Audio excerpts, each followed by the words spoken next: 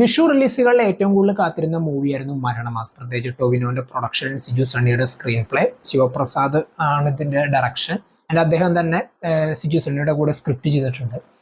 And പടം overall കണ്ടു കഴിയുമ്പോൾ എന്തൊക്കെയോ അവരെ ആക്കാൻ ശ്രമിച്ചിട്ടുണ്ട്. ആൻഡ് പലയിടത്തും പല സംഭവങ്ങളും വർക്കൗട്ട് ആയിട്ടുണ്ട്. പ്രത്യേകിച്ച് കോമഡീസ്, അത് പല സ്ഥലങ്ങളിലും വിചാരിക്കാത്ത ചില സ്ഥലങ്ങളിലൊക്കെ നല്ല രീതിയിൽ തന്നെ വർക്കൗട്ട് ആയിട്ടുണ്ട്. ആൻഡ് ഈവൻ ആ ഒരു ഡാർക്ക് ഹ്യൂമർ അവർ ബ്ലെൻഡ് ചെയ്തിട്ടും പല ക്യാരക്ടേഴ്സിനെ ഇൻട്രോഡ്യൂസ് ചെയ്ത് ഇങ്ങനെ വന്ന സ്റ്റോറിയിലേക്ക് കടക്കുമ്പോൾ ആ ഒരു സ്റ്റോറിയുടെ ഒരു പോക്കും ഒക്കെ അത്യാവശ്യം നന്നായിരുന്നു. ആൻഡ് അത് കഴിഞ്ഞ് സിനിമയ്ക്ക് കൂടുതലൊന്നും പറയാനില്ലാത്ത ഒരു അവസ്ഥയായിരുന്നു. പ്രത്യേകിച്ച് ഈ രാജേഷ് മാധവന്റെ ആ ഒരു psycho killer character, serial killer എന്നുള്ള ഒരു ക്യാരക്ടർ, ആ ഒരു ക്യാരക്ടറാണ് ഈ സിനിമയിൽ കുറെ കൂടി സ്കോർ ചെയ്തത്. ആൻഡ് അതുപോലെ തന്നെ സുരേഷ് കൃഷ്ണയുടെ ജിക്കു എന്ന് പറയുന്ന ഒരു ക്യാരക്ടർ, ഈ രണ്ട് ക്യാരക്ടേഴ്സാണ് ഈ സിനിമയിൽ നല്ല രീതിയിൽ തന്നെ ഒരു 80-90% എന്റർടൈൻ ചെയ്ത് കൊണ്ടുപോയിട്ടുണ്ടായിരുന്നത്.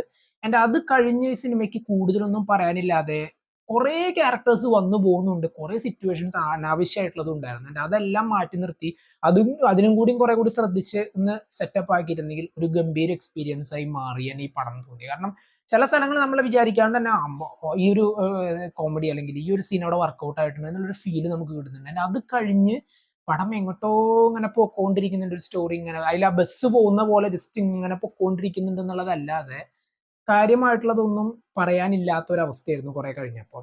ആൻഡ് ഈവൻ ആ കുറെ ക്യാരക്ടേഴ്സിനെ ആദ്യം കാണിച്ചിട്ടുണ്ട്. ആൻഡ് അത് കഴിഞ്ഞിട്ട് ആ ക്യാരക്ടേഴ്സിന് ഇതിൽ ഇമ്പോർട്ടൻസ് ഇല്ല. അവർ മീൻസ് അത് കഴിഞ്ഞിട്ട് അവരെ കാണുന്നില്ല, അല്ലെങ്കിൽ ഇടയ്ക്കൊക്കെ വന്ന് ഒരു എന്താ പറയാ ഒരു ക്യാരക്ടറിനെ കാണിക്കുന്നുള്ളൂ. കാര്യമായിട്ട് ഒരാൾക്കും പിന്നീട് ഈ സ്റ്റോറിയിൽ ഇൻവോൾവ്മെന്റ് ഇല്ലാത്ത പോലത്തെ ഒരു പോക്കായിരുന്നു. And അതൊക്കെ കൂടി ഒന്ന് ശ്രദ്ധിച്ചിരുന്നെങ്കിൽ ഒരു അടിപൊളി എക്സ്പീരിയൻസ് ആയിരുന്നു, അല്ലെങ്കിൽ നല്ലൊരു ഫൺ എന്താ പറയുക റയട്ടായി മാറിയാണ് ഈ മൂവി എന്ന് തോന്നി. ആൻഡ് സ്റ്റിൽ ഇങ്ങനെയുള്ള ഒരു പെർഫോമൻസ് ആൻഡ് ചില കോമഡീസ് ഒഴിച്ചു നിർത്തി കഴിഞ്ഞാൽ കാര്യമായിട്ടൊന്നും ഓഫർ ചെയ്യാനില്ലാതെ പോയ ഒരു മൂവി എക്സ്പീരിയൻസ് ആയിരുന്നു മരണമാസ്.